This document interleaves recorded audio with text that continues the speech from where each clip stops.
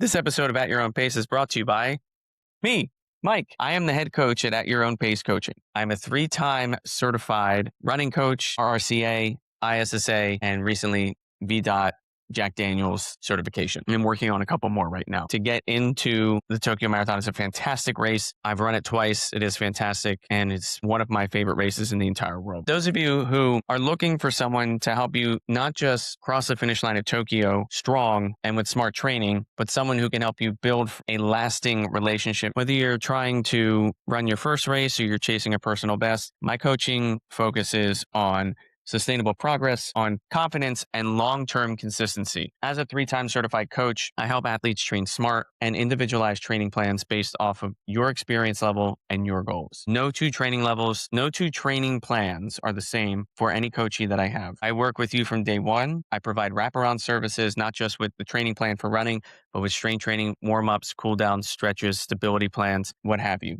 We go over nutrition, we go over hydration, we go over everything that will get you to the starting line and help you run that race as smart and as strong as possible. And my plans are not just to get you to a specific goal at a specific race, but to help you go beyond that. And if you are looking for a coach to help you do that, I'm offering a deal for the rest of this month just because of the Tokyo Marathon charity acceptances. For anyone who signs up this month, my usual pricing point is $250 a month. I am offering it for $200 just going forward for you. So it'll be $200 throughout the entire time that you work with me. It's month to month, so there's no contract. And we work together to make sure that you are working towards whatever goals that you have and that you are becoming the runner that you know you can be. So reach out to me either on social media, Mike Runs Marathons, or send me an email at mike@mikerunsmarathons.com and let's get started. But with that being said, let's get on with the show. Hello, everyone, and welcome back to At Your Own Pace. This is the show for runners who are showing up however they can on whatever week life is handing them. I'm Mike, and whether you're chasing a Boston qualifier, your first 5K, or the next mile, you're in the right place. Every Friday, we open up with a little real talk about my week on the run. Then we sit down with someone whose story is going to leave you a little bit more fired up than when you press play. So lace up, settle in, and let's run this one together. My guest for today is someone that I have been admiring for months. I'm so excited for you to hear the story of my guest for today. His name is Maurice, and he is an inspiration for, I think, anybody out there, regardless of whether you're a runner or not. He is somebody who has overcome addiction and utilizes running as a way to not only work through his addiction, not only uses running as an outlet to help with maintaining sobriety, but also uses it as a way to give back to organizations that provide services to those with mental health issues and those who suffer from substance abuse disorders. So the fact that he's gone out there and has utilized this hobby to do something so selfless and so helpful to a community of people who struggle the most in the world is fantastic and something that I really admire. And for those of you that don't know, Maurice is sober and has been sober for several years, but he started his running while in the midst of addiction. And his story is not one of running saved my life immediately and helped me get over the issues that I was facing. It took time, and running played a part in him being able to finally realize his true potential and what he was capable of and who he was meant to be in this world, which is this lovable, helpful, supportive, and caring individual who gives back to the community and remembers where he was so that he can help others not be in that position. His story is very raw, very real, and something that some people will identify with. I know that there are a number of people who listen to this podcast who are sober themselves. So you may hear some portions of the story that you will identify with. I myself am sober. I've been sober. I apologize if you hear Lulu in the background. She is currently playing with some toys and is looking incredibly adorable. But anyway, I myself am sober. I've been sober for roughly about 5 years. It'll be 5 years in December. And that was not the first time that I tried to get sober. It's the longest that I've been sober. But I got sober initially because of, some issues I was having with my drinking. And then what really kind of caused me to maintain my sobriety was actually running itself. When I decided to start running the World Marathon Majors after New York City in 2021 and signed up for Chicago in 2022, I decided that I was going to stop drinking because I wanted to take care of my body and not do any unnecessary damage to it. But yet sobriety does play a big part in my life.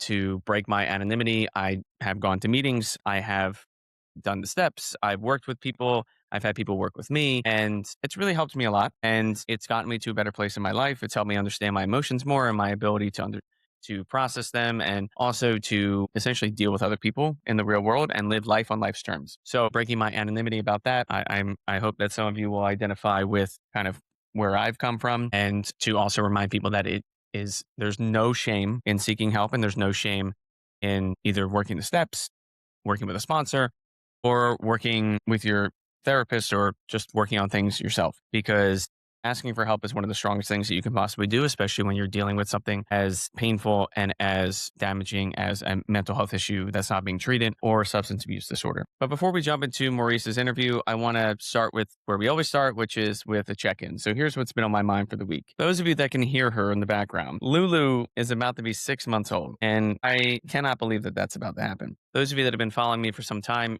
who saw the pictures of Lulu when she was first born in January. She was just about 5 pounds. She went under 5 pounds when she was in the NICU for a few days. And now she's thriving and just being an incredible little baby. And as you can hear, very talkative and very active. And I cannot believe how much life can change in 6 months. And I can tie that back to a lot of things in my life. I can tie it back to my running account, my platform, and how just over the last year it's really gotten bigger than I ever expected. I've met so many incredible people virtually and in person, and made friends with so many people that I just never thought would be possible. And it just makes me so grateful for what I've been able to kind of build and help foster and grow. But more importantly, the biggest thing that I'm most proud of is she's right in front of me, this little one right here, because those of you that have probably heard my story, I grew up without a dad. My dad left when I was 2, 3 months old, I think. And so I know that there's no guidebook when it comes to parenting, but I had no reference for what a father should be. My mom was married 4 times, and each stepdad was kind of worse than the other. And I didn't learn anything from them except kind of what not to do as an adult, as a person who wanted to be a functional human in society. And so I've been afraid kind of my entire life that two things would happen. Either I'd be a terrible dad because I just wouldn't know what to do and I would be lost and completely, unable to raise somebody. Or two, I would end up like my dad and leave. I used to think there was some sort of like genetic thing that was in me that's like, well, if he left, then that's in my blood and maybe that'll happen. But I knew that that was never really going to happen because one, I'm not a dick. And two, I am an adult. I'm not going to act like a child and leave somebody who is incredibly innocent and needs care and love, like alone. And I remember being so scared up until the moment she was born.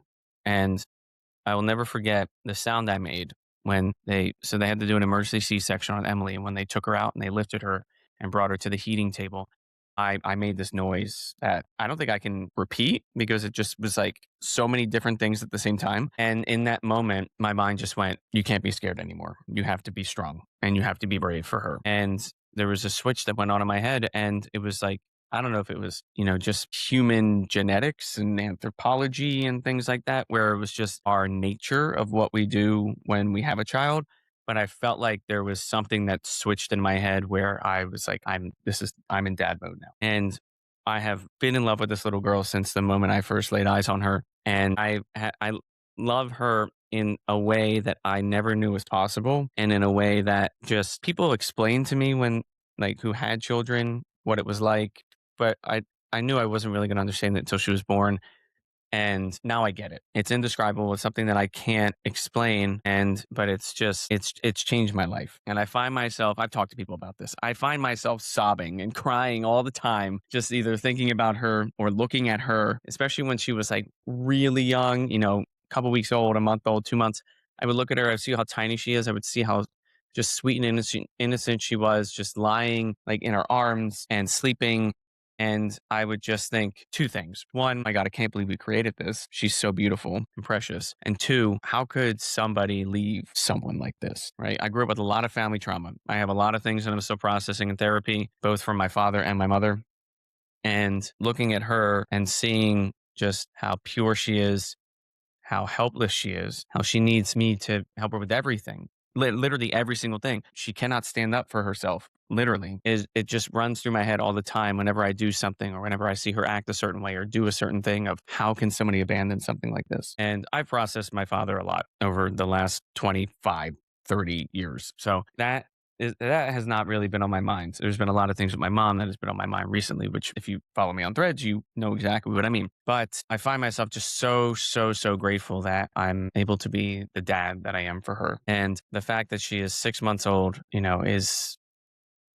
is absolutely crazy. She'll be 6 months on the 23rd, 6 months on the 23rd. And I just feel like it was yesterday that I was sitting in the NICU for 4 days straight, not sleeping, feeding her every 2 to 3 hours and setting up camp in her NICU room so that she wasn't alone and didn't feel like she was alone in that room, even though I knew she didn't know what in the world was happening. But I wanted to be there for her, and I made sure that she knew that her dad would always be there for her. But, thinking about this interview for today, thinking about this interview for this week, I think about how sobriety has led to this moment, led to me with Lulu, has led to me with my running, has led to me with my platform, has led to me with my 9 to 5 jobs that I've had, and just the success that I've had kind of overall. Because if I was heavily drinking or drunk all the time and all this stuff, I know that that would 100% not be the case for what I have today. It just wouldn't be here at all. And so I think back to where I was, where I came from, 8, 9 years ago, 10 years ago,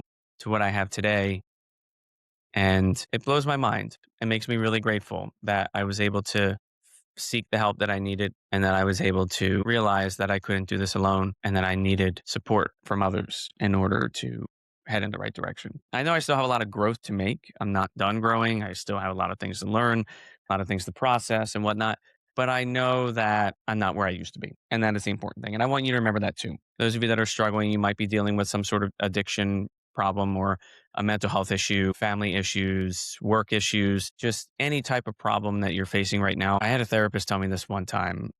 The biggest issue that you have faced that you thought you couldn't get through, you're still here and you got through it. And there's a number of reasons why that probably happened. But if you are facing an issue like addiction, substance abuse, mental health issues, or even issues with your family and or friends and work, reach out to other people, get help, get support. It doesn't make you less of a person, doesn't make you less strong, it doesn't make you weak. If you are a male, it doesn't make you less masculine. If for some godforsaken reason you're listening to this and you're one of those people that thinks that you're an alpha male, it doesn't make you less of an alpha male, even though I don't think alpha males exist. But what I'm trying to say is seeking help is one of the bravest things you can do. And if you are, and those who are reaching out and getting support, I'm so proud of you. So just keep that in mind, because like I said, nothing I have today would be here if it wasn't for my sobriety. And a lot of the sobriety I work on with myself now, I work on with my therapist now, and I'm just really grateful for that. But without further ado, I want to introduce you to Maurice. I want you to hear his story. I cannot wait for you to hear his story. I cannot wait for you to witness the rebirth of Marathon Panda Maurice. So grab some water, find your stride, and meet me in the conversation, because today's guest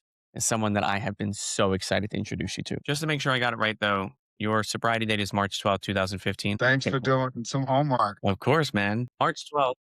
Mine is December 2nd. Nice.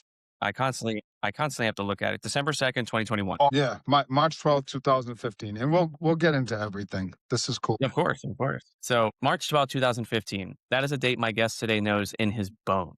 That is the day Maurice Lowman got sober. And it is the date that started everything that came after. The running, the streak, the marathons, the community, the suit of Boston, the high fives, the whole thing. And you may know him as Marathon Panda, positivity and hope dealer, ultra runner, community builder, Brooks Running Collective ambassador, the guy who runs the Boston Marathon in a full two-piece suit and a tie, because if you are going to show up, you may as well show up. Maurice has run 44 marathons. He has finished 8 ultras. He's done 2 100-mile races. He has held a run streak for 3,488 days, which is nearly 10 years of running every single day, before recently letting it end on his terms. But if you ask him, none of those numbers are the point. The point is that he is still here. The point is that he took the worst chapter of his life, turned it into fuel for one of the most beautiful comebacks that the running world has ever seen. So Maurice, welcome to At Your Own Pace. And I am really, really excited to have you on the show. It was an amazing, beautiful, awesome intro. So I'm already wicked grateful and excited for that. Thank you so much. And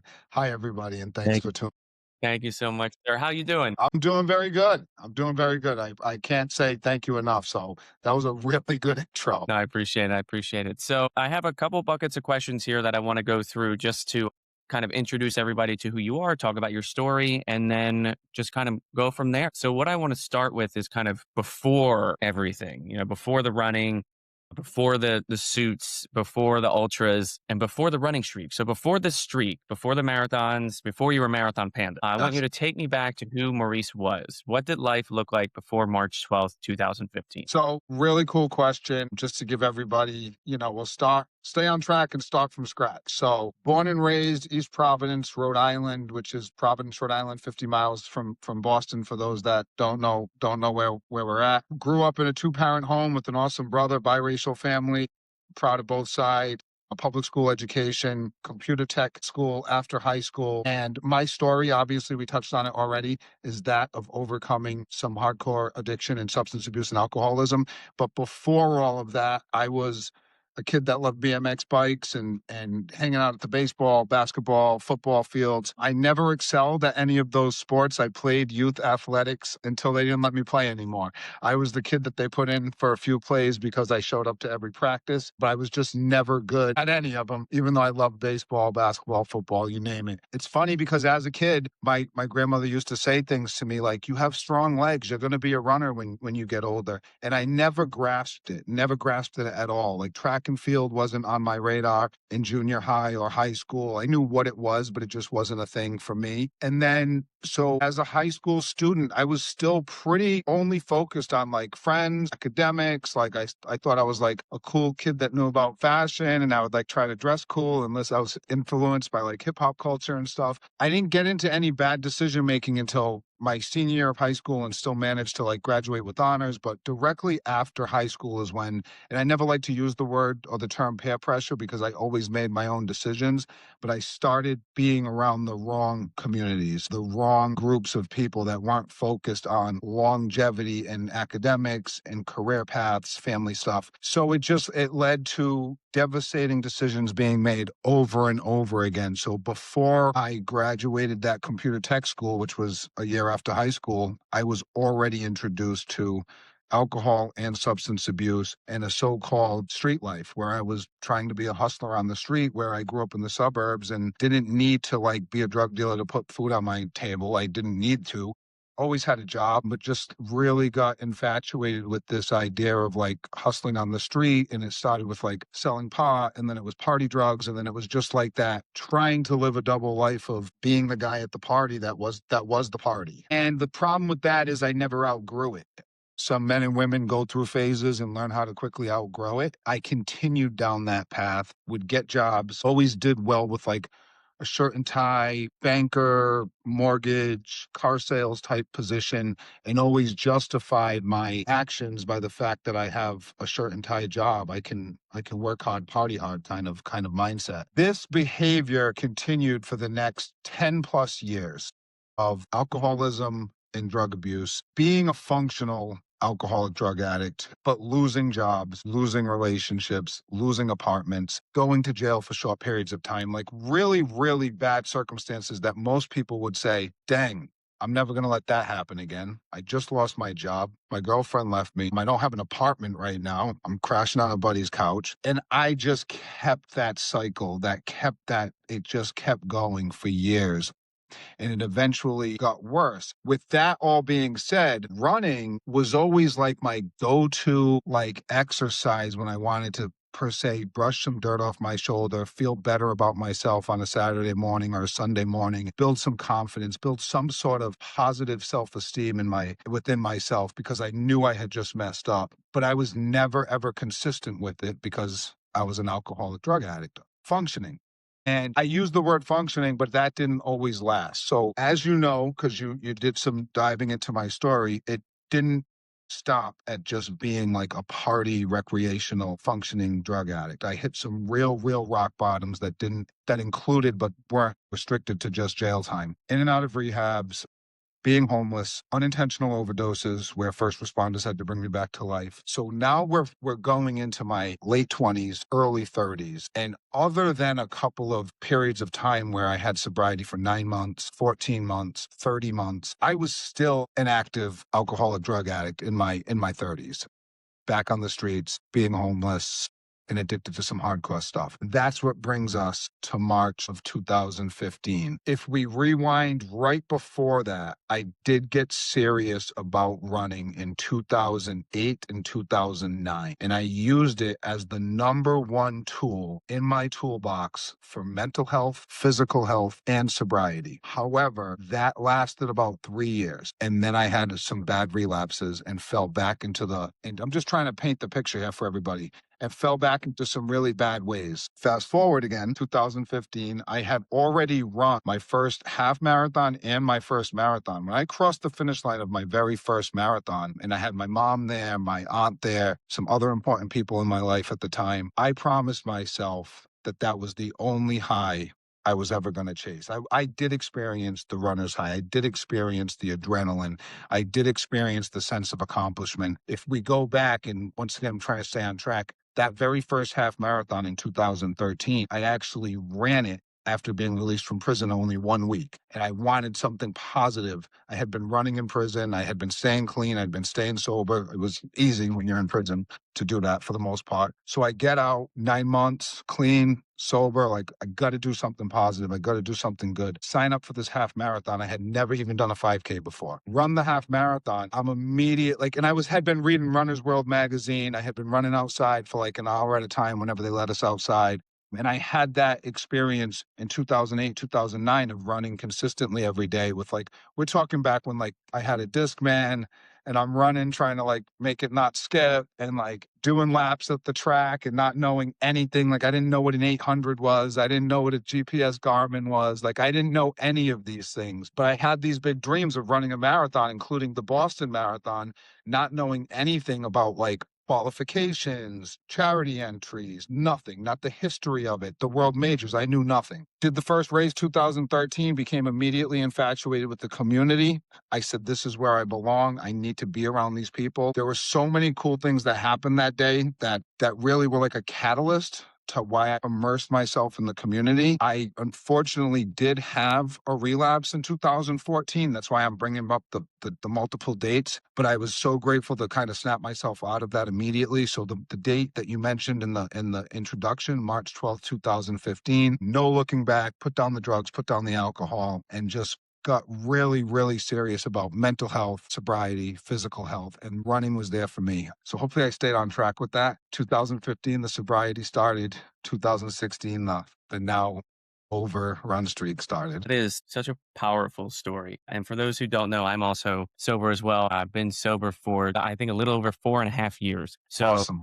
and I know there are a lot of people out there in the running community who also have gotten sober for a number of reasons, and running has helped them very tremendously. And that is one of the things that helps me as well. So just hearing about, I know the bottoms, I know hitting that, that pavement where you just feel like you are at the lowest point that you can be is so painful and hurts. And then you don't think there's another bottom, but somehow you find out that there is, and it just keeps going and going and going until finally you get so low that you realize, okay, I got to do something or else this is it. And the fact that you had the strength to be the only high I'm going to have is from this feeling of when I run these races is such a very powerful, strong thing to do. So, I'm incredibly proud of you for that. And I'm glad you're still here, especially with what you were saying about with the accidental overdoses. Now, we have the version of yourself now, right? When you look at that version of yourself, the person who was actively using and in jail, homeless, doing all of these things, wanting to be a hustler, what do you want the world to understand about him? Because, when I speak for myself with this, but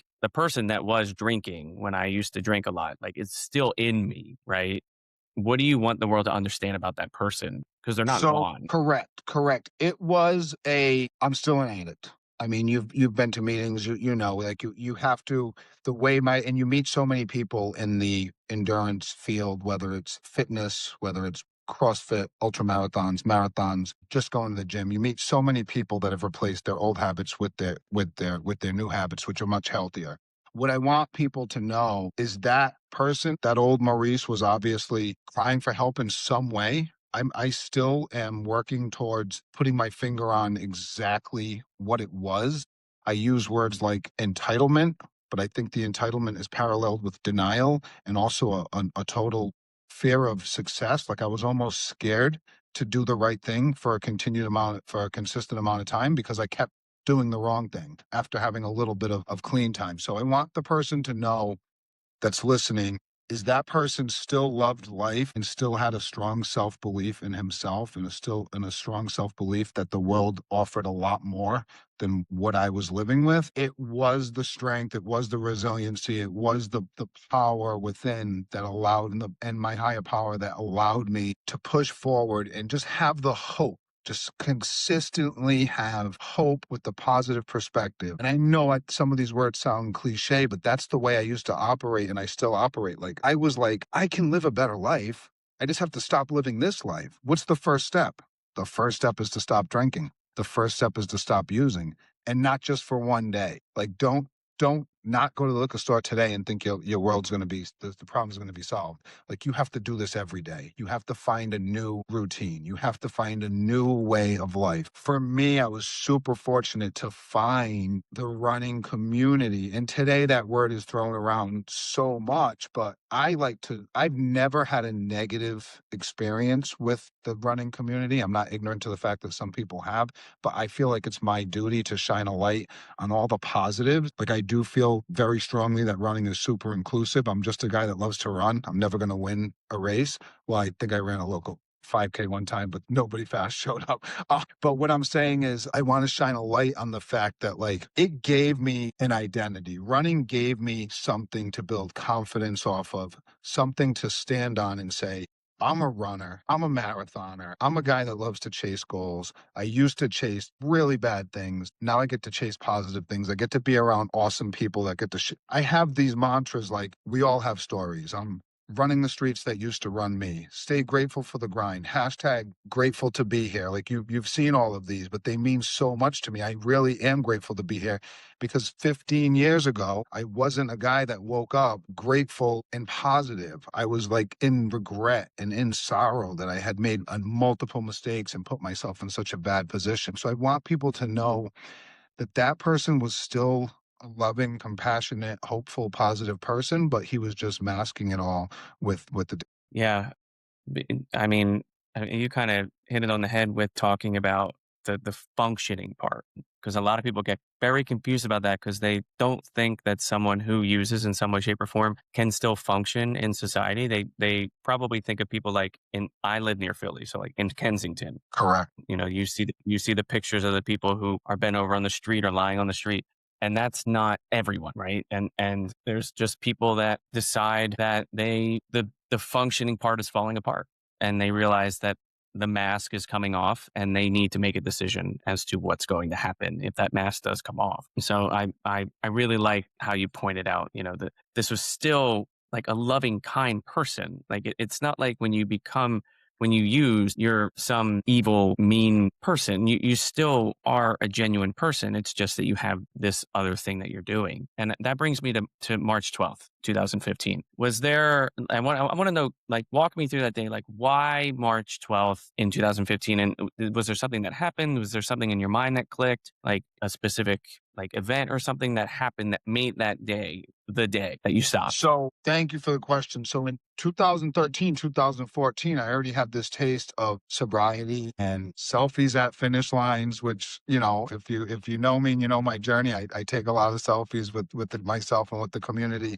I have the mantra that, like, I wasn't taking selfies saying, hey, look at me, when I just, you know, blew my paycheck on drugs and alcohol. So that's the whole idea behind it. It's like, it's, hey, look at me, but it's like, hey, look what you can do. That's the drive behind this. 2014, with a couple of relapses before that, I ran into two young men that were literally doing real street outreach. And I was on this, I say things in previous interviews. I was in the darkest corners of addiction. So not just jail, not just being homeless, like shelters with bed bugs, back streets with people doing whatever for drug and alcohol money. I was there and I didn't belong there. I was better than that. And I believed I was better than that. And I'm always super grateful that I had that self-awareness. I believe very strongly that I put myself in those situations, and it was my duty to get myself out. To pinpoint that exact date, probably several weeks prior to that, two young men that I'm still friends with, Jonathan and Richard, were doing street outreach. They saw me on the street and they said, Maurice, like, we love you, brother. Like, do you need a clean t-shirt? Do you need some fast food? Like, we're not going to give you any money, but like, we love you. And we know you can be that guy that we saw on Facebook last year saying, I just ran a marathon. I'm sober, grateful to be here. Like, where's that guy? That's who you deserve to be. We need to get you back to that guy because that's the guy that you deserve to be. And that's the guy that the world deserves to see. And it just hit me so, like, I knew it, but to hear it from two young men that weren't judging me and that were meeting me, like, they weren't like, hey, bro, you're a loser, man. Like, what are you doing out here? They were like, hey, bro, we love you. Why don't you get back to doing the right thing? Because that was pretty awesome. And it just really, really sunk in. And they gave me a ride. They gave me some clean clothes. I think they bought me cigarettes and fast food, if I remember correctly. And they were like, we love you, brother. Like, get back on track, man. We know you can do it. Like, and I didn't stop using that weekend or the following week, but I put it in my head. I was like, I have to stop using. I have to stop drinking. You have to stop hanging out at these places. And that date, I literally was back on the street, that same location, and I had the alcohol, I had the drugs, I had the cigarettes, I had cash on me. It's like an addict was having a good day. You know what I mean? All the things. I had all the things. And I said, this is it. This is it. I'm done. And like the young man that I was with, I passed the drugs off to him. I remember thinking I can hang on to the cigarettes. I can hang on to the bottle. So it was actually March 10th that I gave up the drugs and I walked away with this bottle of vodka and a pack of cigarettes. And I was like, I'm going to get through this weekend and I'm going to start Monday looking for a job without an ounce of drugs and alcohol in my system. And I just kept it going. And like the guy couldn't believe I like handed him the drugs, but I was done. I was done. And I promised myself I would never walk back to that neighborhood. Now I run there just to say I'm running the streets that used to run me, to remind myself how far I've come. But at that moment, I mean, I didn't go back there for a long time. And at that moment, I knew. I knew it. And I was very, very fortunate. I had, someone in my life that believed in me, that like let me crash on their couch for a while and was like, get a job, do the right thing. I'll help you out. But like, if you're back to drinking and drugging, you have no place to stay. So I had some safety nets. I had some people that really believed in me. I knew I had a beautiful family at home. I knew I had, two beautiful sons and awesome parents and an awesome brother that believed in me and that would cheer me on if I started doing the right thing, because they were all probably super disappointed that I was making mistakes again. So all of those things combined, that's how March 12th became the day. So no. It's so crazy how sometimes the smallest thing that someone can say to you could have such a major impact without them realizing it. Because I can only imagine hearing those two guys saying that to you.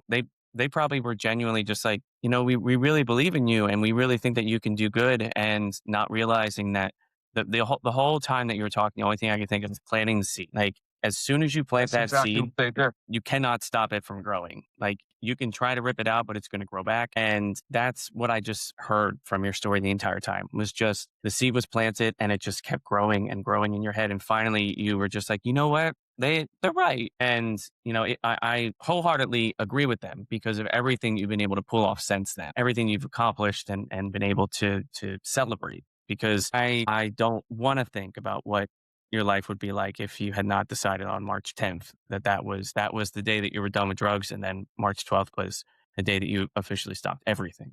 Correct. Because, I want to celebrate who you are as a person now because of the Thank you. strength and hope that you showed leading up to that. But there was another gap in time that I want to talk about. So between March 15th and January 1st, 2016, you were sober, but the running Yes. streak had not started yet. What was that in between time like, and how did running kind of come about with wanting to start that streak? So I was running to once the sobriety stayed consistent. Remember, I had already ran a couple of half marathons and a couple of full marathons at that point.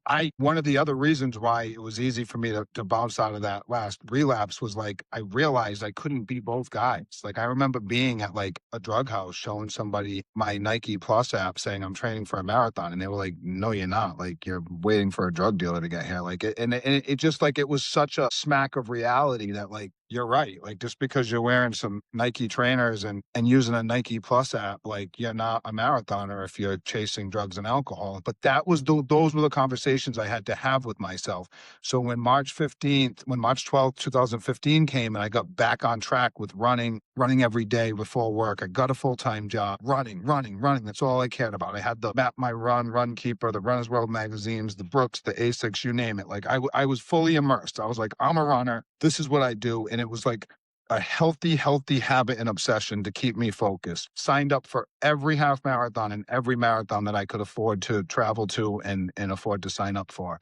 And just was injury free and running a ton of miles, like was immediately up to like 200-mile months and tracking it and being proud of it and stuff like that. And it was actually at a Thanksgiving dinner. My son's stepdad was like, hey, you should do a 100-day run streak, like to hold yourself accountable. It's really cool. I just finished one. And I didn't want to be like Mr. Arrogant and Mr. like, hey, that's not a big deal, like 100-day run streak, like I do that already. But in my mind, I mean, I'm going to be honest, there was a piece of ego and it was like, I'm kind of already doing that. So I said, oh, it's a great idea. That's a great idea. I'll do a 100-day run streak, because I couldn't actually say that I had done 100 days without stopping before, without actually tracking it. I had the told you Run Keeper, Map My Run, Nike Plus. So I said, you know what I'm going to do? On January 1st, I'm going to start running. And shout out to everybody that has a run streak. They're wicked cool. And we're going to talk about mine. I appreciate the question, because I'm not the only one. That's my other attitude, is there's people that have been doing this for a long, long time. I'm just some guy that loves to run. And I got introduced to the community, 12, 13, 14 years ago. So January 1st, 2016, I'm going to start running, and I'm going to do every single run outside every day, no matter what. So the immediate response I got was,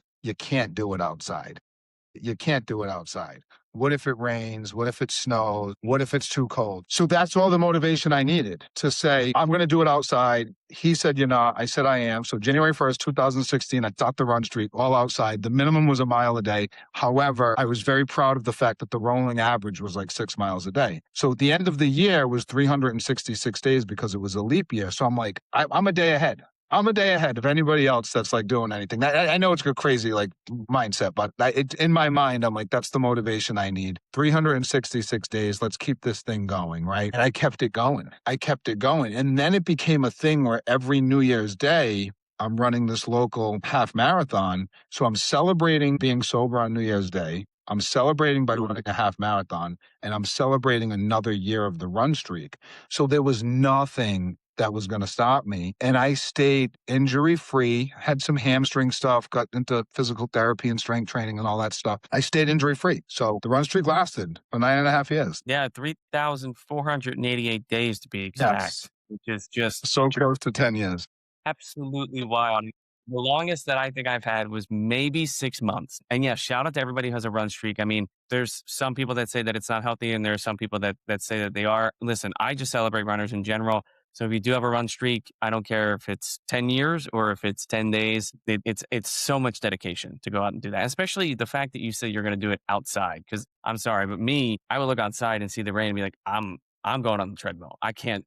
I'm not going. I'm not wetting my shoes. I'm not going to get soaked. So that's a lot of discipline right there. And so and a lot of people can't even imagine like nearly 10 years of a run streak. That's insane. But what did the streak actually mean to you? Like, was it about the running? Was it about the sobriety? Was it something else? So it started to become, and then, so it ties into so many things, because you can fast forward and talk about imposter syndrome and doubt and self-doubt and like, mild depression, like, because I had to end it. And I'm like, who am I now? It became such a piece of my story, such a piece of my journey. I got introduced to Instagram late by a very special friend's daughter. She was like, hey, Mo, you should try Instagram. Like, people go on there with their fitness stuff. And I can remember like the very first selfie I took with like a weighted vest, and I had just ran a 10K. But I mean, like, I had really done it. Like, it was not this, how do I say this? Like, I didn't know anything about Instagram, and I posted a selfie with a couple of hashtags because somebody recommended it. And I immediately got like a couple of likes and a couple of comments. And someone was like, because I put like sober, grateful to be here kind of stuff, like, it's 10K in a weight vest. And I immediately got this positive response. And I was like, this is awesome. Here's another community that I never knew about.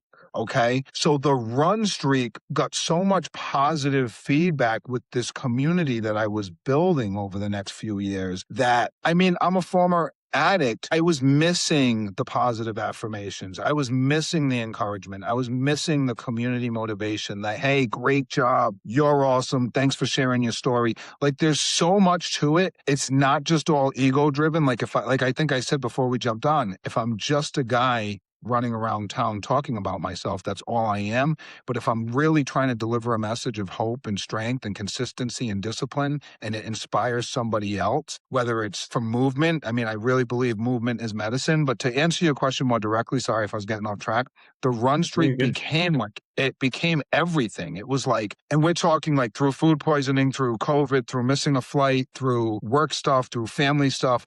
But I'll tell you what, like my first real sense of grief as an adult when we lost my son's mom, I didn't know how to process the grief, knew I had to run that night. And I went to the track for all reason, who knows why, but I went to the track and just started sprinting around the track and listening to music and crying and screaming. And I was like, I'm not going to break the streak. I'm not going to break the sobriety streak. I'm not going to break the run streak. I don't know how this is going to get any better, but I'm going to do it again tomorrow. And then the next day, I had the running. I had the social media community that I could post and get some positive feedback and kind of put a subtle message out there that like life isn't always friggin' ice cream and rainbows or whatever you want to say. But I had something to hold on to. So the run streak became that. I then got laid off from my job that had like changed my life. It was my first corporate sales job as a sober adult. They believed in me. They let me travel to be like the token like runner guy that like did the corporate 5K. Like it was like a cool job. Like I got promoted. I was making a very, very fair income. Like it gave me the confidence, the consistency, everything that you need in sobriety to like be a catalyst to keep going. When I got laid off from that job, I had the run streak. As silly as it sounds, I had the Instagram community. I was like, how can I be Mr. Positive, Mr. Grateful, Mr. Happy Monday if I'm going to change just because I got laid off? Like you know what I mean? So like, I was like, do your run, post. Even though you're going to pay your bills, like you got to sign up for something, sign up for a race, keep yourself active in the community. And that's what it meant to me. I meant to answer your question directly, like it meant everything to me. The run streak meant everything to me. So to fast forward to this past year, after finishing an ultra marathon with somewhat success, I did pretty good. It was like 80 plus miles in a 24-hour event, short of the goal, but still good. I went out running to meet my local track club for track practice, and I had a pain that I couldn't explain, and I shut down the workout, went to a walk-in, and they told me I had a stress fracture, and I was like devastated. I was devastated. So the sprained ankle, shout out to my buddy at Apex Performance Physical Therapy. He got me back to running within like 2 to 3 days. But let's back up. Sprained my ankle on a routine like 3-mile easy run. I had never ever had a real injury that made me think about ending the streak. Once again, day after a marathon, day after an ultra, like I'm doing a 1-mile power walk, power jog, whatever you want to call it, to keep the streak alive. Outside, 1 mile on the GPS minimum, daily rolling average of over 6 miles over the 9+ years. So I was super proud of this run streak. I talked a lot of yap about it on social media and everything. Sprained ankle. So I'm with a good friend of mine and I'm like, I got to go run tonight.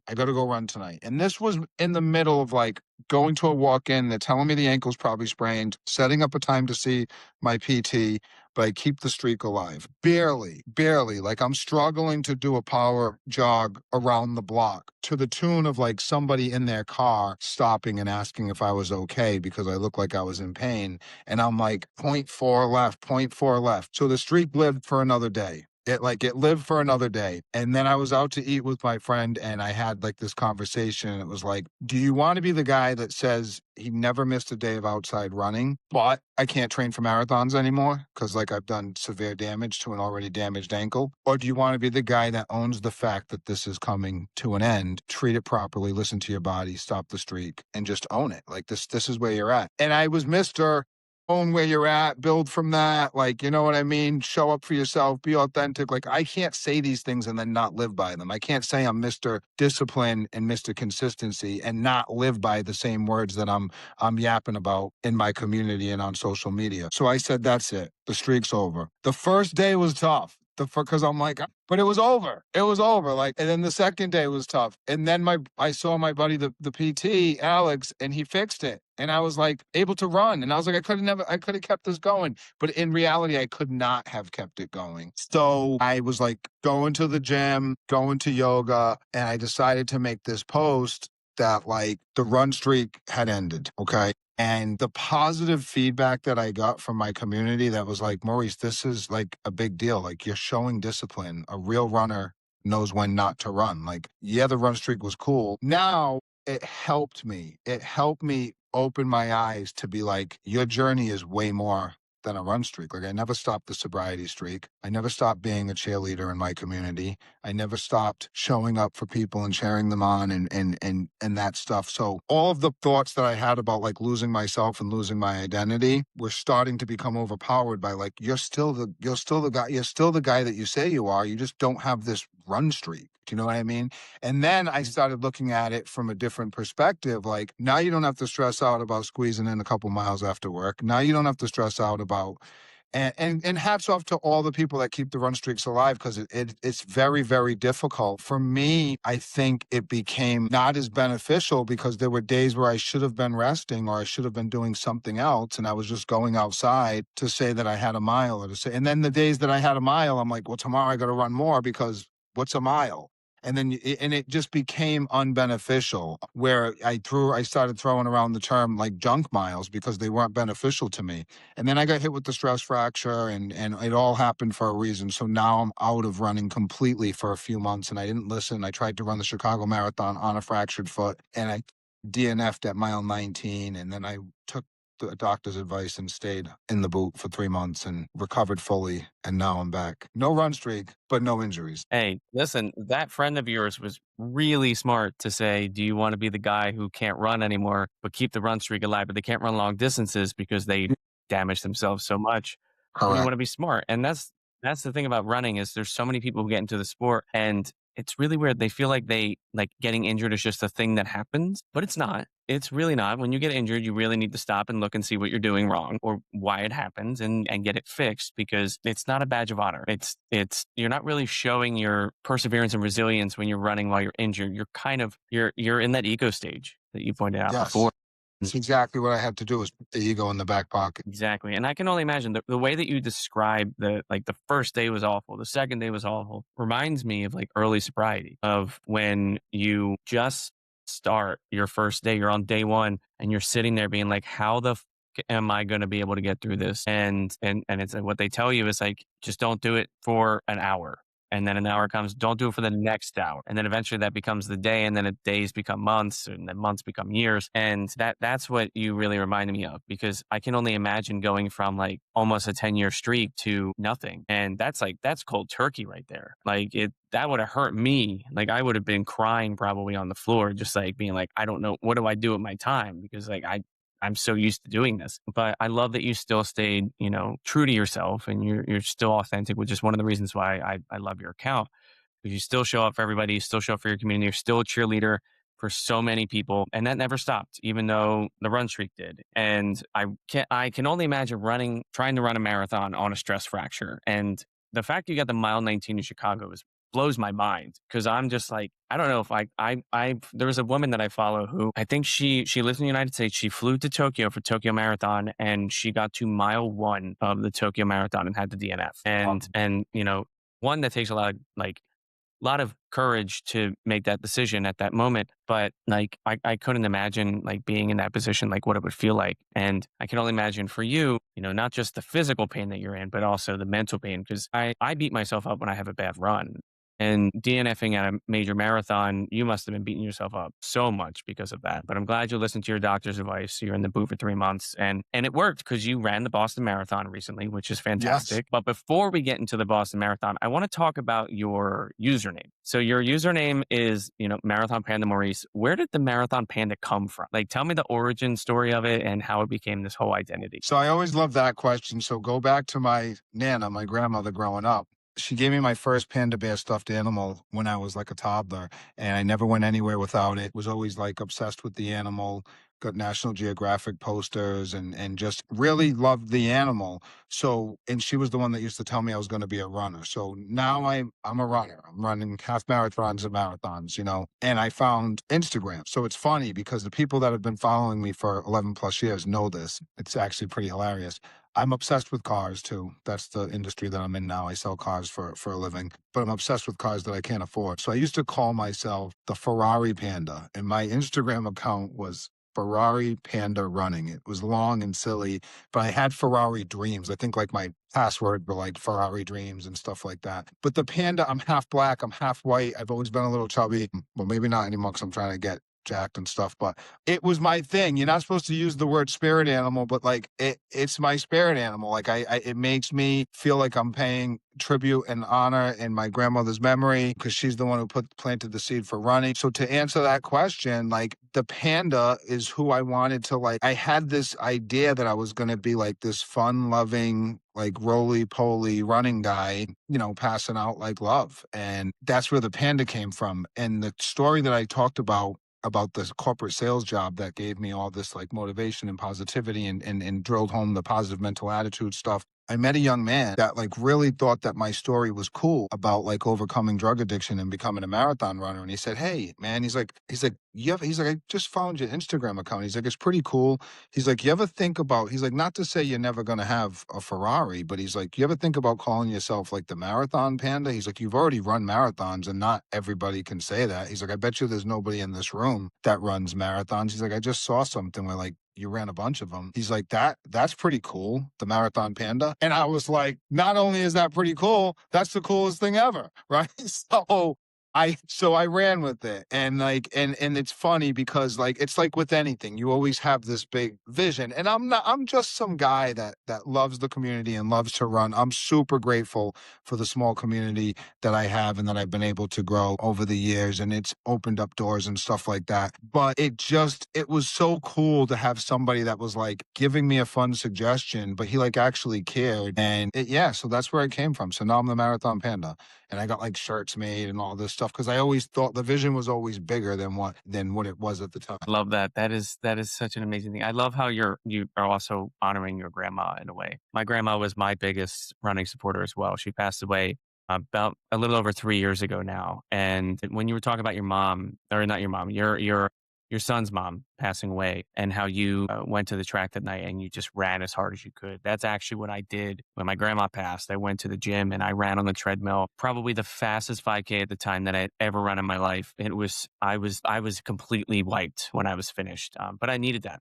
It was something that helped me process it, or at least begin to, and it got a lot of the not all of it, but some of the anger out that I had inside of myself still.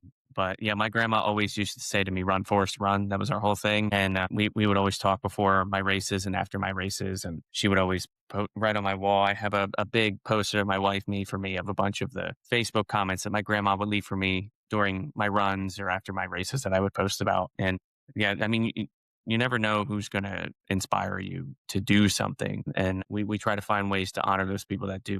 My daughter is named after my grandma. My grandma's name was Oh, that's Louise. awesome. And That's we awesome. named our Louise. The only thing I wish is that she could be here to see her, but I know she's still here in some way. But now I want to jump to kind of what you're known for. So you wear these suits, right? In your races. You ran the Boston Marathon in a two-piece suit. You're going around giving people high fives. You got all these positive vibes going on. Like how first of all, like I know there's a reason because you've talked about it before on other channels and things, but like what was the purpose of wearing the suit and what were you hoping to accomplish by wearing it during the race? So it all started. I've grown and matured in my role as a charity runner. I'm not fast enough to qualify the Boston Marathon. So shout out to all the people that have qualified for world majors, Boston specifically.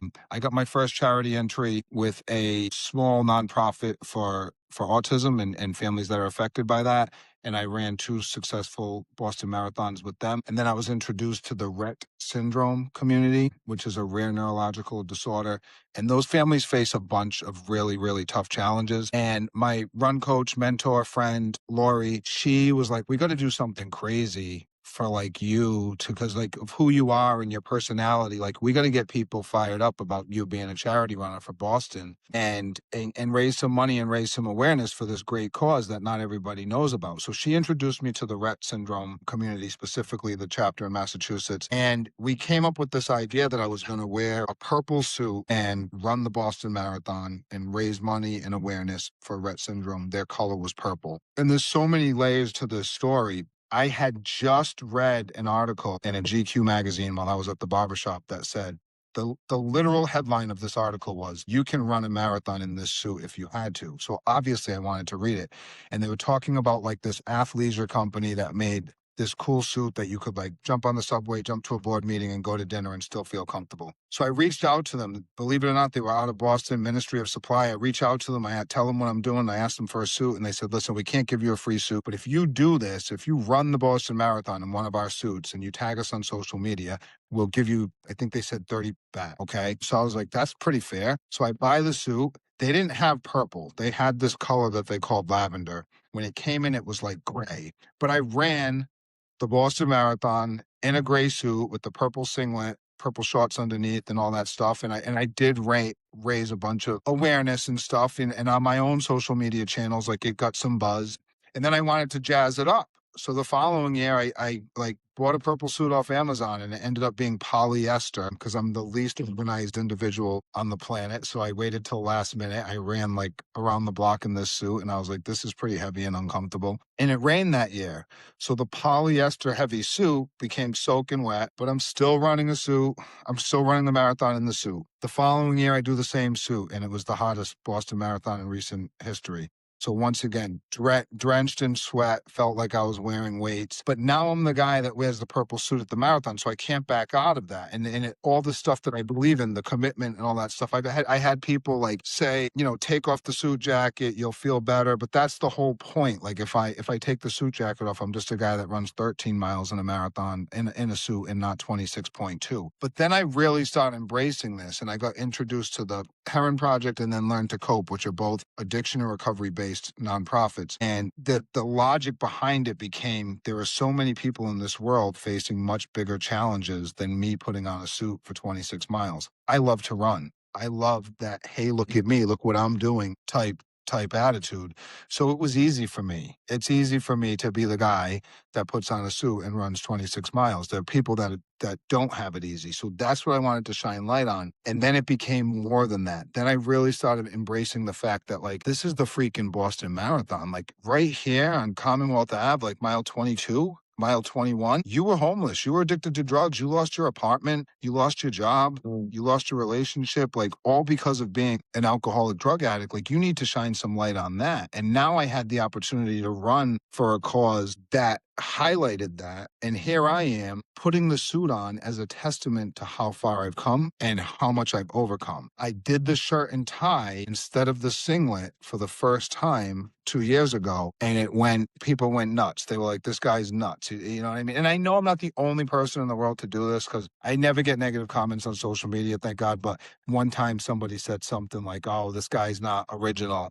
I've always been influenced and inspired by so many people. I never focus on negativity, but at the time it was my thing. And so last year, this year, 2026, run the Boston Marathon, shirt and tie. When I crossed that finish line, WCVB, Boston Local News, interviewed me, and that video immediately gained a ton of traction on their Facebook, on their Instagram. Other channels started picking it up. My friends were like, oh my gosh, that's Maurice. He's on the news. He just ran Boston in a suit again. So it was actually my 5th Boston in a suit, but my first one gaining that much traction. And they played a clip of me saying, we are the lucky ones. I'm out here trying to deliver hope and inspire people because of my story. And everybody loved it. And I was like, this is awesome. This is like what I dreamed about. Like, I want people to know why I do this and what I'm doing. And it was like a social media runner's dream come true to have his story like gain that much traction.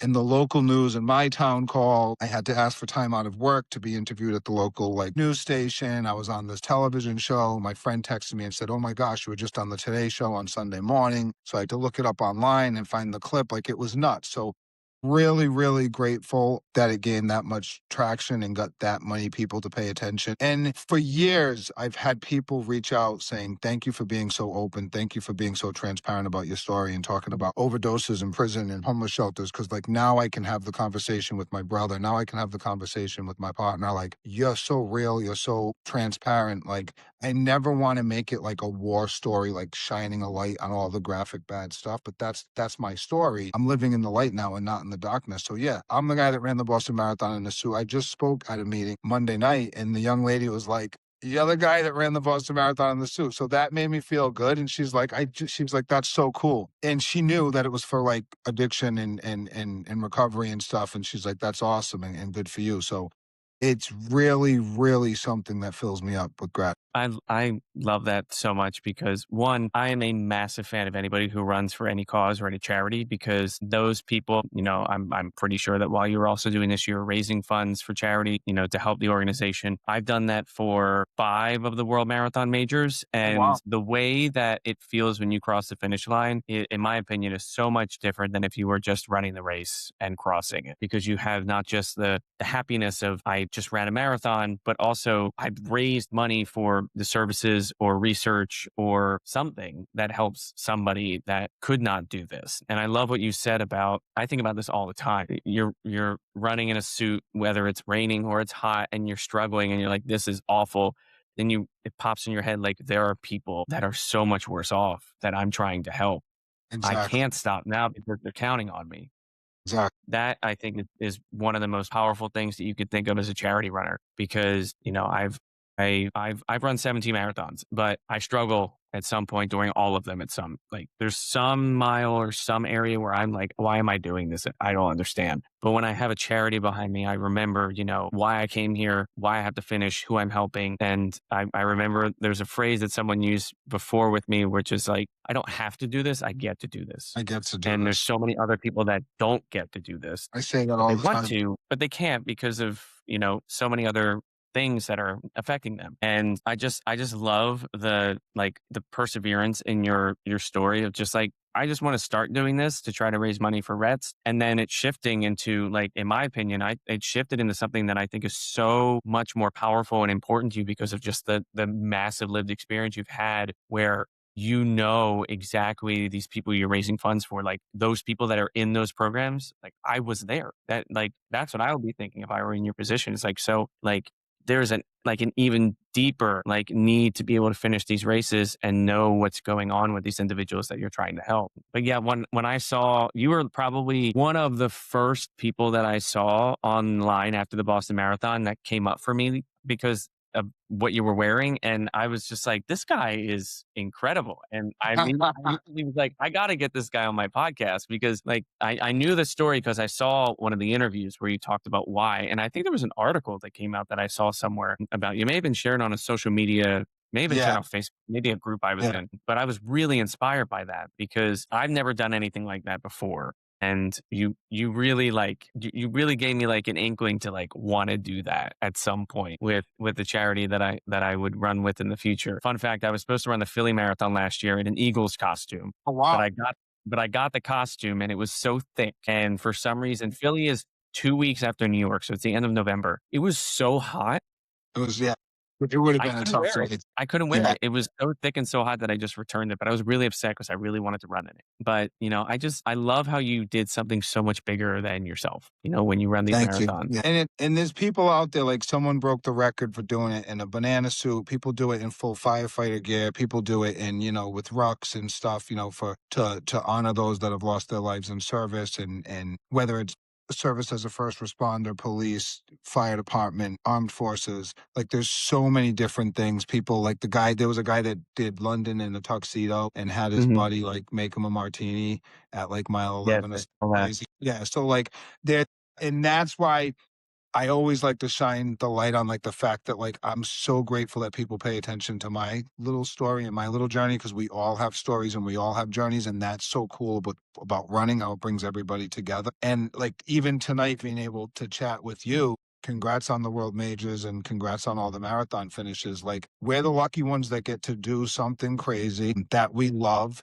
that shows other people in our life, like the discipline from training for a marathon, whether it's a world major or just a small local race, that carries over in other areas of life. Like if I don't want to be disciplined at work for any given reason or any given moment, I remind myself like can't be disciplined on the road when you're training and then not be that guy at work. Or you can't be not trying to chase improvement as a son, a brother, a partner, an employee if you're Mr. chasing improvement at the gym and on the treadmill and on the track and all that stuff. So, Yeah, absolutely. I mean, that's probably reason number one for why I run is just to try to inspire as many people as I possibly can to get active, especially in today's society with, yeah. everything at our fingertips. But also, I mean, you pointed out yourself, like if my name is Mike runs marathons, like if I'm not going to walk the walk and just Right. talk it, I change my username. So like Yeah, I I love gotta that you said. So, I mean, so like I got that, I got to do that because it's just like, that's just who I am and it's what I'm known for. Not to say that I don't love running marathons, but like if I'm going to try to inspire other people, like I have to show, what it's like. And I also like what you said about when you share your story and what people like about it is that you're so authentic and you're open about it because I've received the same thing. I'm very open about mental health because I Yeah. faced a lot of mental health issues growing up and I don't shy away from it. And some of it's gritty and some of it's raw and it's not fun. But I've had people reach out to me, just be like, thank you so much for sharing this because I've dealt with something like this too. I didn't know how to talk about it. I didn't know what to think about it. Thought there was something wrong with me. And to hear that other people have gone through something similar or have felt kind of the similar feelings that I felt makes them feel seen and makes them feel heard. And it you never know like your post that you're making. I tell everybody that when I make a post that is, where I try to be as positive and supportive as possible to other people, what I'm really doing is I'm talking to the person back when I was like deep in depression, deep drinking, like at the lowest point in my life and like supporting them. Like I'm seeing that person when I send these posts out and to know that they are affecting other people just means a lot to me. And it's also nice, you probably will agree with me on this too. Sometimes I feel like I'm just throwing things at the wall. And when somebody connects with something that I put out there, it's like, oh wow, there's actually people that are listening. Like I'm not just like talking in a silo. There's like actual people reading my stuff and commenting and liking it and messaging me about it. And it makes you feel like, like what you're doing is worth it. And it's you're I don't want to say you're doing a good job, but it's just like it's making a difference. It is. It definitely is. Yeah. Now, so I want to jump to, just kind of like who you are now as a person, because you call yourself a positivity and a hope dealer, which I love based off of, the entire story that you shared so far. If somebody is listening right now, right, and they're in the same place that you were on before March 12th, like let's say March 9th, 2015, what do you need them to hear? So I never have a short answer. You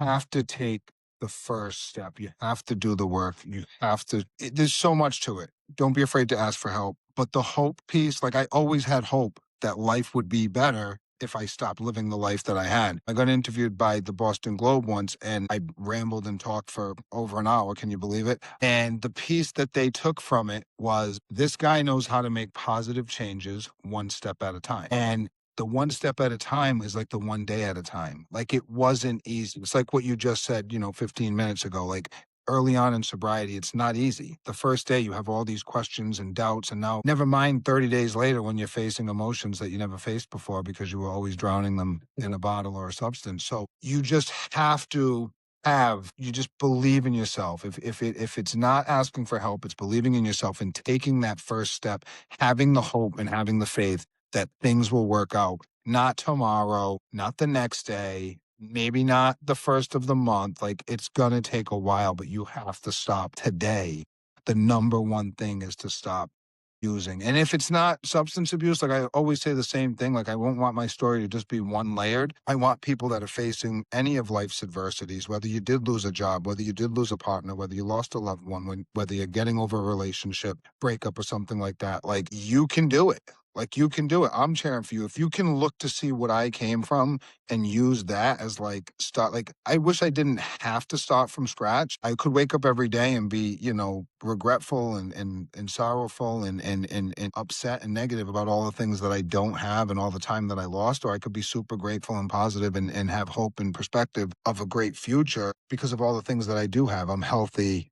I'm young enough to still make changes in my life. I'm sober. I have a community. I have a family. I have two beautiful sons. Like it's like there's so many things that I can focus on. But I want people to know that like it is a message of hope. It is a message of inspiration and encouragement. People notice. People notice when I turned my life around, the amount of acknowledgement and encouragement that I started to receive was overwhelming. And that's what helped me stay on track. And I think people need to hear that. Like we're all facing battles. We're all going through something, but people are out there that want to help you.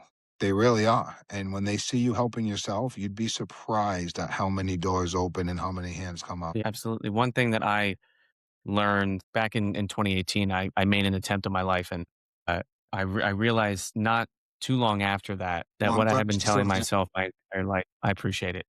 Yeah, I'm glad. What I Yeah, realized that I've been telling myself up until that time was, I'll do it someday.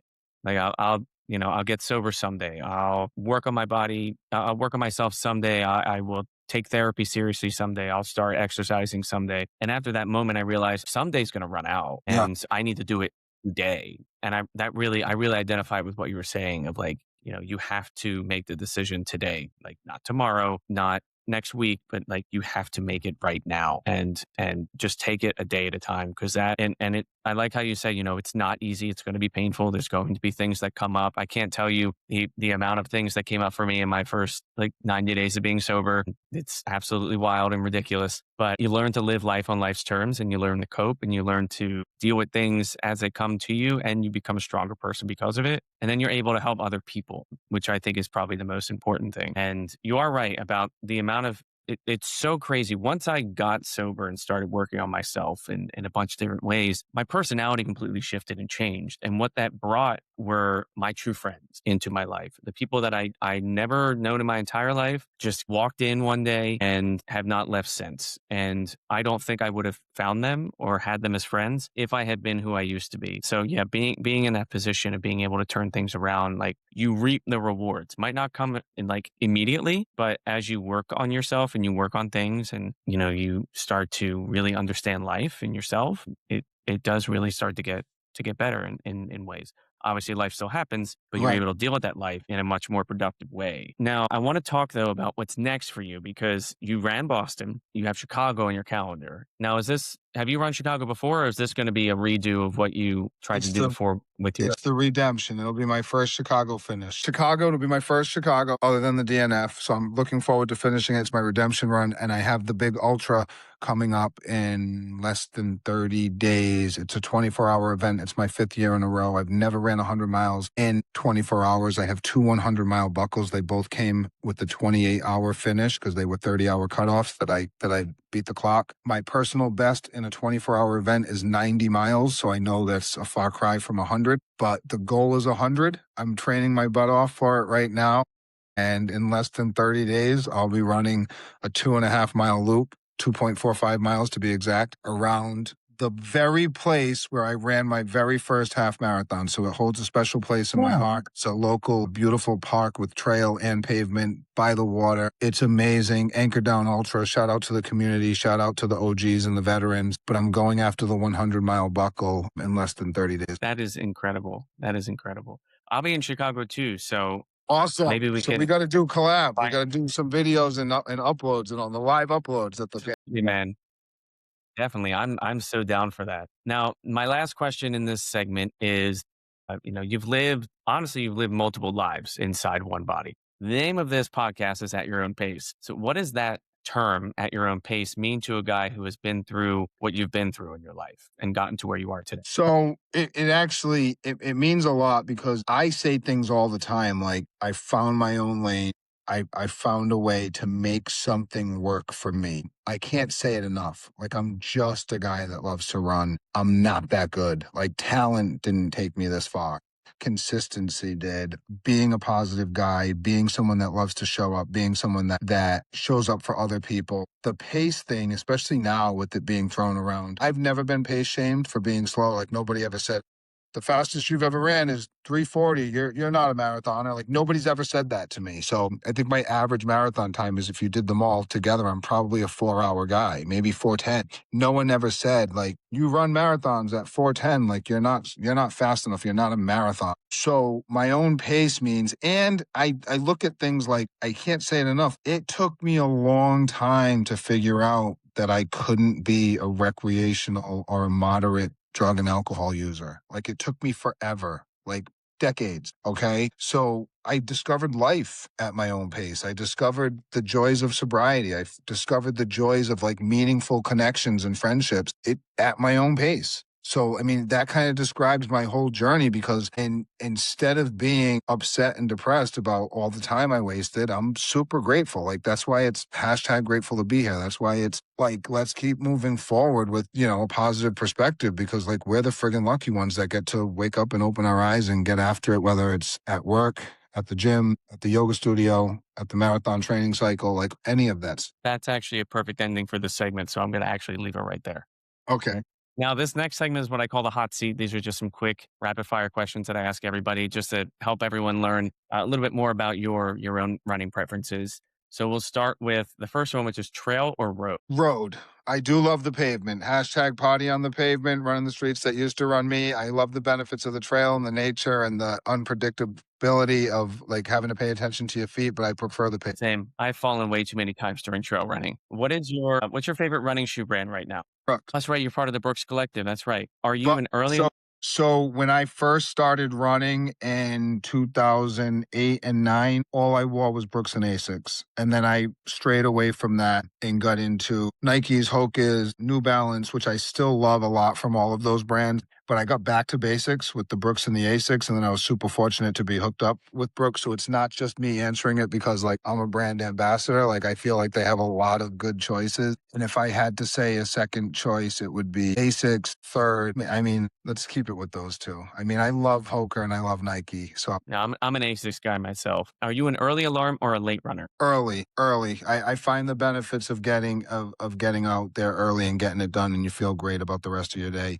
I'm doing 2-a-days right now, which I'm sure a lot of people are familiar with, where even when I get home from work and I don't feel like running, I still have to run just to train the mind and the body to run on tired legs. But I do prefer getting it done in the morning. The same with the gym. I'd rather work out in the morning than at night. Very smart. I'm trying to get into that. It's very difficult for me to wake up early. For your long runs, do you prefer them solo or with others? So I find so much joy, solace, and like benefits of training solo. I love community.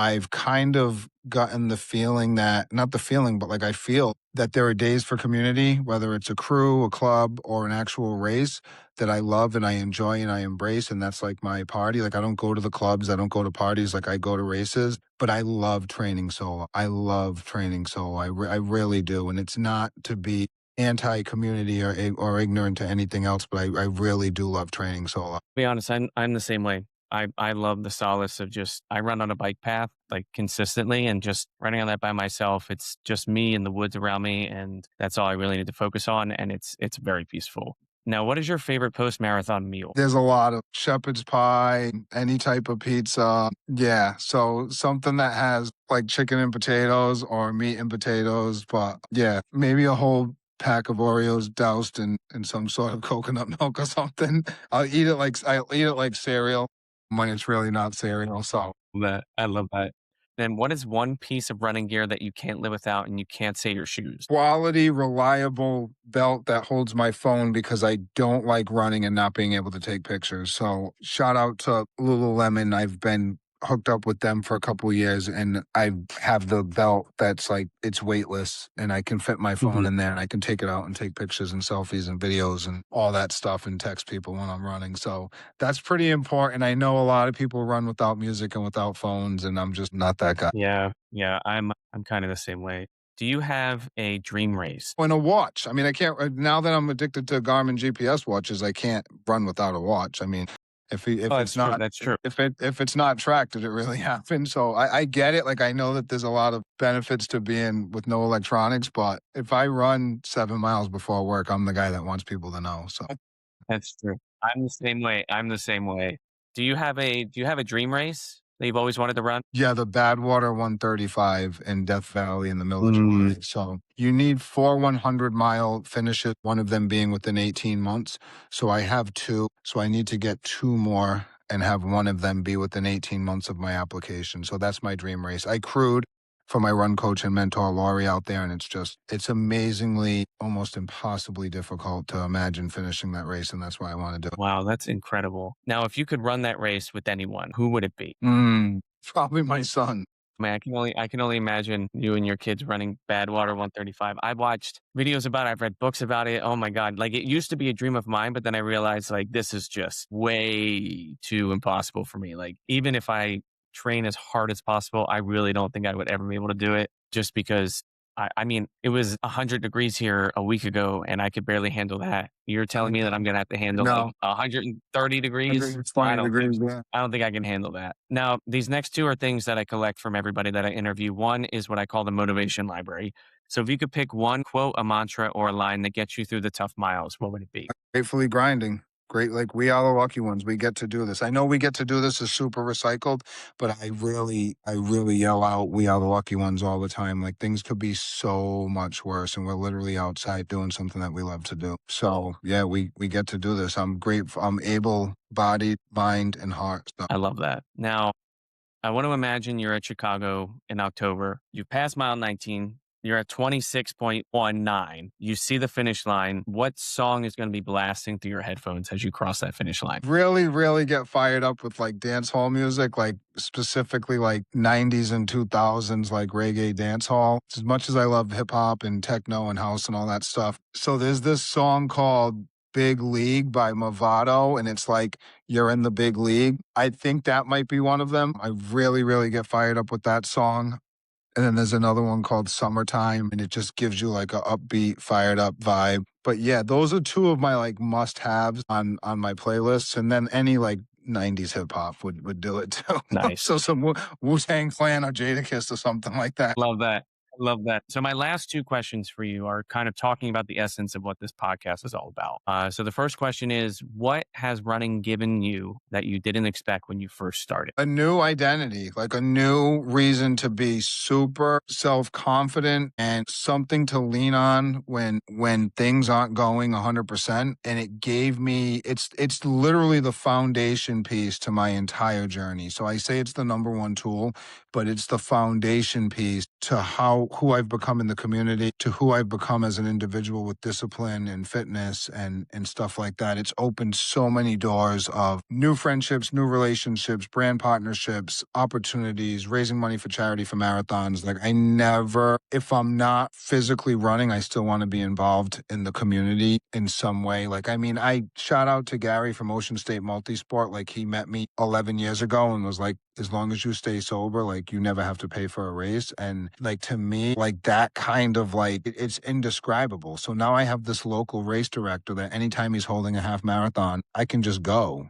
and get a bib because he knows my story. He knows that I love to like promote kindness and love and positivity and hope. And he knows that like I'll be an ambassador for his event with no questions asked. Like not because like I'm getting a free bib, but just because that's who I am. So that it's given me like it's allowed me to kind of bloom into this person that I was probably always meant to be. Like I love being a beacon of light and hope, and running has allowed me to like become the positive, grateful, loving, compassionate Maurice. I love people. I love to talk. So like community podcast, like this stuff is crazy. Like to think that I'd be, on a podcast, like, 12 years ago, it was like an impossibility. Nobody wanted to listen to my story, what I was doing 12 years ago. I love what you said about how it helped me bring out who I think I was meant to be because I feel the same exact way with running myself. I always tell everybody, and no one really believes me, but if you had spoken to me 8 years ago in 2018 or before that, and you spoke to me now, you would not believe that I was the same person physically and mentally just because of everything that I was going through.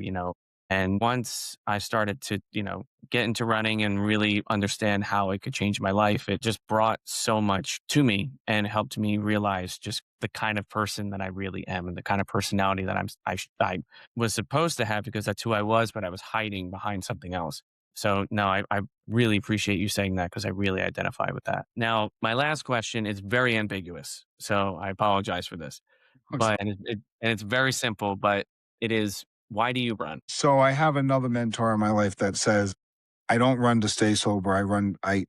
I get to run because I am sober. I don't want to give it up because it was there for me. It's to honor my grandmother.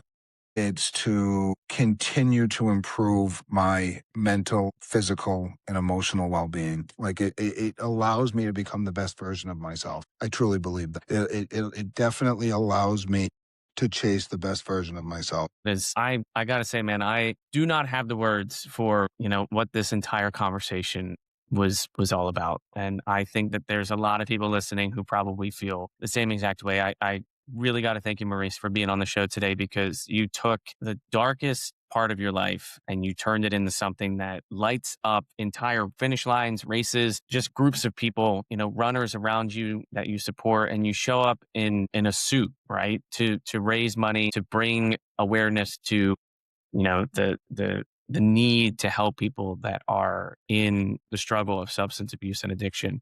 And you give out those high fives, and you built your run streak that, outlasted almost every excuse that a person could make for being almost. Because I can tell you right now, if I were doing that, there would be so many possible times that would end for me, because I would come up with some sort of excuse for it to happen. And you did all of it while you were staying sober, and one single day at a time since March 12th, 2015. And Heck yeah. it's not just running.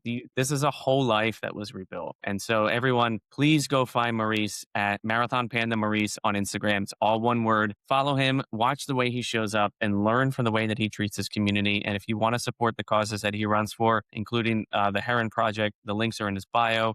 You can always reach out to him if you have questions as well. He's more than happy to share that with you. But Maurice, I got to thank you, man, for your honesty, your energy, your hope, and for being this living proof that no matter where you've been, and that you can decide today to write your next chapter. And to everyone listening, whatever chapter you're in right now, just a reminder, you do get to write the next one. Keep You going. do. If you're struggling with addiction, if you're struggling with anything dealing, with substance abuse, feel free to reach out.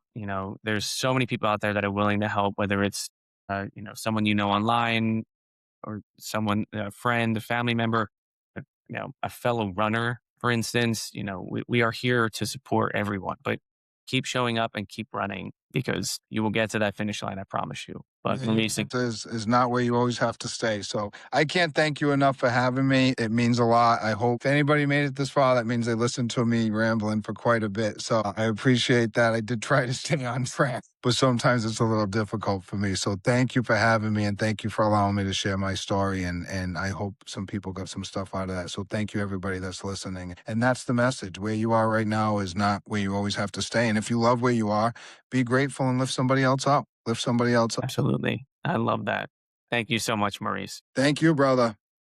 And I hope to see you in Chicago. We got to make that happen. You will. You All will. right, Don't you perfect. worry. I'm All going to right. try to set something up with a bunch of people. So I hope to Let's see you. do it. I want to be included. Of Much love, course. brother. Thank you so much. Of course, man. Thank you. Again, I cannot thank Maurice enough for coming on the show this week. It is an honor to know him. It is an honor to hear his story. And it is so inspiring to hear someone who has gone from their lowest points in life to where they're at today, running for incredible organizations in a suit to help raise awareness for mental health issues and for substance abuse disorders, and to provide the services that are necessary to those individuals so that they can find their way back and find the life that they deserve to have, because Maurice knows what it's like to be in that position. And again, if any of you are dealing with any issues like this, do not be afraid to reach out. Do not be afraid to ask for help. My DMs are open. If you need anything, feel free to reach out to me. I'm always happy to help in any way I can.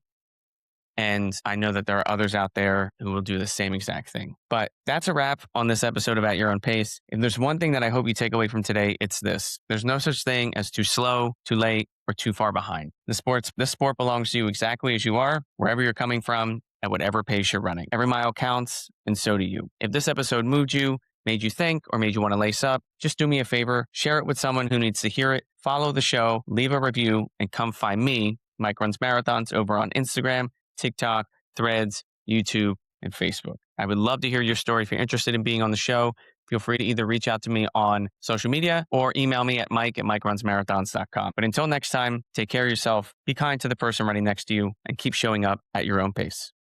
I'll see you on the road. Bye.